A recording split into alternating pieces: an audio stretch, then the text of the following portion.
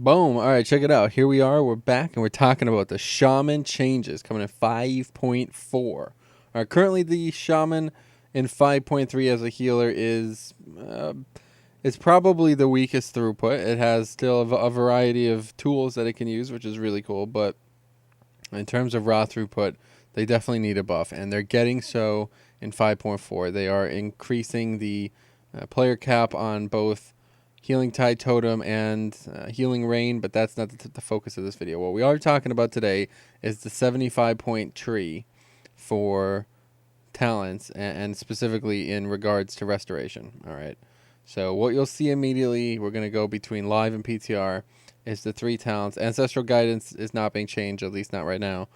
Healing Tide Totem and Conductivity, right? Those 2 slots there. All right, so first off, first big change here. This is Healing Tide Totem. It's essentially mandatory. It's a raid cooldown, and it's way better than any other talent. Like, Conductivity is kind of cool, but it's not on the same level. It's just not. So Healing Tide Totem was there. Now let's hop over to the PTR. And now you see that it's been replaced by something called Rushing Streams. All right, so Healing Tide Totem is now baseline for every Shaman. All Shamans are going to be able to get Healing Tide Totem without getting the talent. Not a huge difference, but this allows you to also pick up another one of these talents. And this is Rushing Streams. Okay, passive, your Healing Stream Totem now heals 2 targets at once for 15% additional healing. So that is now one of the options in the 75 talent tree. And it is really, I like that we're going to talk about both, talk about repercussions of this change. But now that everybody has Healing Tide and the player cap has been buffed, it's going to be one of the best spells in the game, just like Tranquility and Divine Plea or Divine Hymn, whatever it's called, right? So now we're going back to live to check out Conductivity. And on live, we have passive. When you cast Healing Wave, Greater Healing Wave, or Healing Surge, allies within your healing range share healing equal to 30% of the initial healing.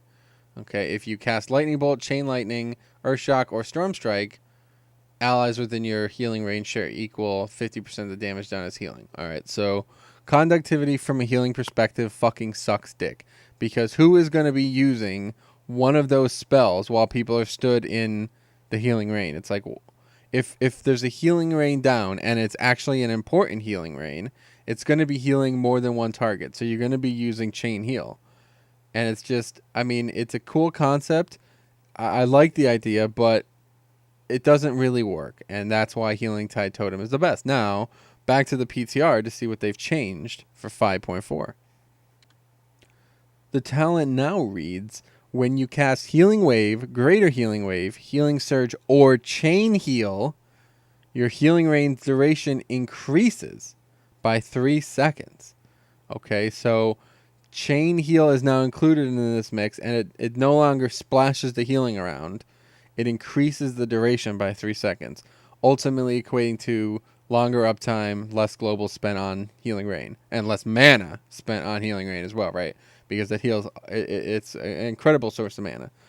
So that's a pretty cool concept now. So basically we have Ancestral Guidance is the same. When you deal direct damage or healing, 40% of it's a damage thing. It's completely useless. All right.